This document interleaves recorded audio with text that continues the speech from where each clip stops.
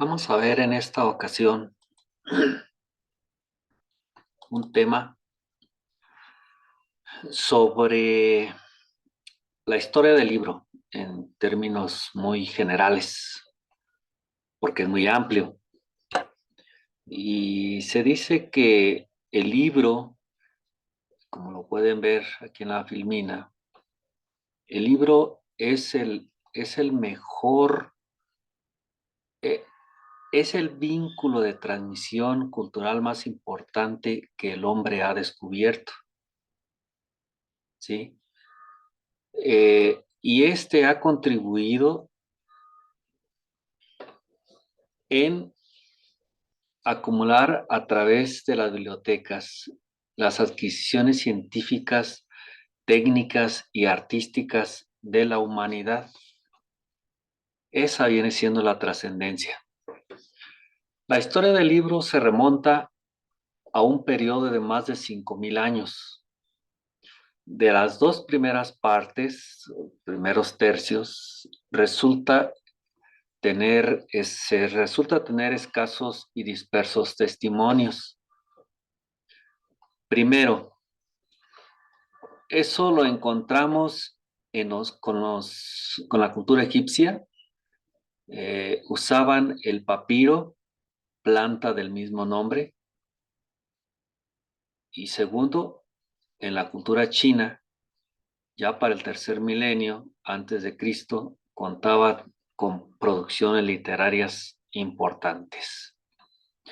Los materiales que usaban estas culturas era el hueso, o sea, lo que había en el entorno: hueso, concha de tortuga, caña de bambú, tablillas de madera con pincel de pelo de camello, tinta china, tinta negra extraída del árbol de barniz, mezcla de hollín, de pino y cola. Más tarde, para producir papel, emplearon cortezas de vegetales, restos de tejidos de algodón, viejas redes de pesca y otros materiales. O sea, había esa gran necesidad de plasmar una idea para que se fuera preservando, ¿sí? Entonces, descubrieron el sistema para producir múltiples ejemplares de un libro por medio de la impresión. Desde el siglo II antes de Cristo se implementaron hojas cuyo texto se encontraba tallado en una piedra lisa. Más tarde se pasó a grabar las páginas de madera con los signos en relieve. Lista la columna, se le daba una mano con color, se le cubría con una hoja de papel y se ejercía presión sobre ella, con la que la escritura quedaba impresa, como ahora se le hace con el papel carbón. Eh, Tercero, el pueblo de una gran civilización, pues obviamente fueron los sumerios. Estos inventaron la cultura cuneiforme.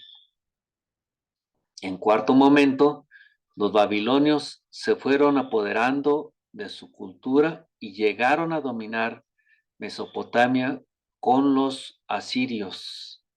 Serían los griegos, que descubrieron numerosos papiros en Egipto a partir de la conexión de Egipto al gran imperio de Alejandro Magno. La caída de este emperador, Alejandro Magno, Ptolomeo I fundó un poderoso reino en el valle del Nilo, tarea que fue continuada por su hijo Ptolomeo II. Sabios griegos llegaron a la capital, Alejandría, a participar en una academia que se encontraba en un nuevo templo de Museión.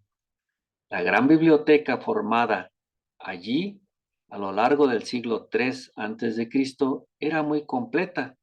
Tenían varias colecciones egipcias, babilónicas. Era la biblioteca de Alejandría, la famosa Biblioteca de Alejandría. La finalidad de esta biblioteca era la de recopilar todo en su totalidad, la literatura griega, y obviamente también organizarla, clasificarla, ¿sí? Con un promedio más o menos de 700,000 papiros, ¿sí? El poeta Calímaco fue uno de los bibliotecarios encargados para distinguir un rollo de otro. Se le ponía una especie de una etiqueta en el borde superior del rollo.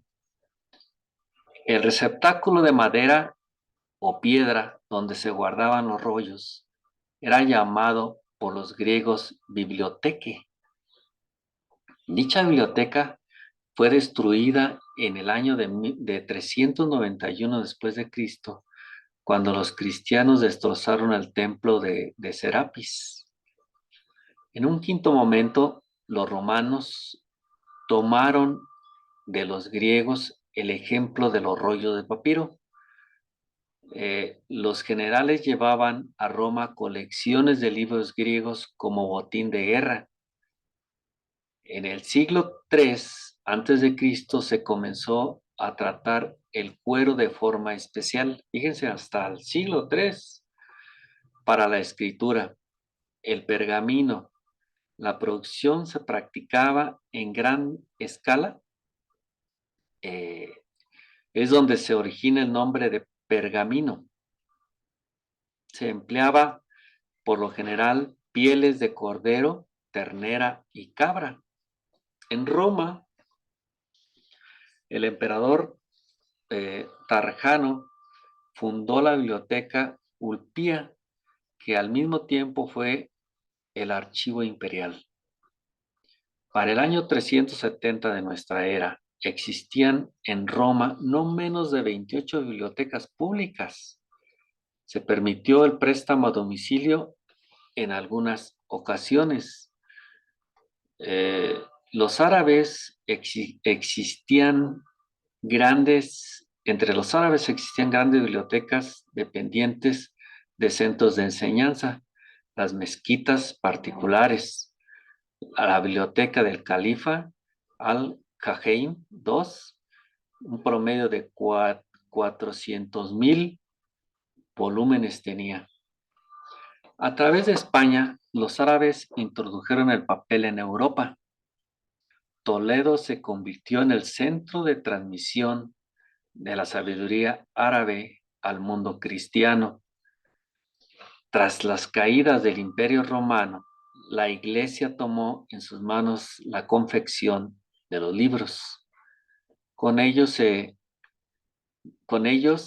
la escritura experimentó una evolución que comienza con la escritura cursiva latina, luego pasando a la visigoda, italiana, la gótica, etc. En las iglesias se formaban biblioteque sacre o cristiane, con textos bíblicos y litúrgicos escritos por los monjes. Los benedictinos en el siglo XIII fueron unos de los más que se dedicaron a la elaboración de dichos libros. Los franciscanos a finales del siglo XIV ya tenían en uso un catálogo colectivo, el cual era distribuido en sus 156 monasterios. O sea, durante la Edad Media, los libros no se difundieron mucho, solo en los monasterios, la iglesia y las universidades. La cultura del libro fue especialmente propia de las clases superiores. En la segunda parte de la Edad Media decayó mucho la vida monástica y los monjes descuidaron las bibliotecas. En el Renacimiento se inicia una preocupación por coleccionar obras de autores clásicos y conservar la literatura greco-romana. Francisco Petrarca, poeta italiano, es considerado el padre de la bibliofilia moderna por su gran amor a los libros, además de ser iniciador de las bibliotecas públicas. Johann Gutenberg, en 1400 a 1468, se debe la invención de la imprenta, lo que vino a revolucionar la producción de los libros. Durante el siglo XVI, la producción fue extraordinaria. Se basó en obras sobre doctrinas, vocabularios y gramáticas, libros de los frailes, libros de legislación, ciencias naturales, medicina, arte militar, náutica e historia. Cabe mencionar que los estudiantes carecieron hasta 1788 del permiso para usar las bibliotecas. La Revolución Francesa significó una hora crítica para los libros, ya que se destruyeron unos 8 millones de volúmenes. Durante la Primera Guerra Mundial, las pérdidas no fueron tan graves. La única biblioteca totalmente arrasada fue la de la Universidad de Lovaina cuando los alemanes invadieron la ciudad. En la Segunda Guerra Mundial fueron quemados infinidad de bibliotecas y con ello millones de libros en toda Europa. En México, los antiguos mexicanos alcanzaron un desarrollo cultural avanzado, del que dejaron testimonio en forma de códices y pinturas en las que consignaron hechos históricos, límites territoriales, su valiosa poesía, sus conceptos religiosos, etc. Durante la conquista se destruyeron gran parte de dichos testimonios de esas incipientes fuentes. Los recintos donde almacenaban los libros sagrados eran los Amoscalli. Muchos se ha hablado de que los misioneros destruyeron el patrimonio cultural de México prehispánico, pero se han comprobado que Tlacualelel, consejero del rey Izcoatl, un siglo antes de la conquista, decidió quemar los antiguos códices y libros de pinturas.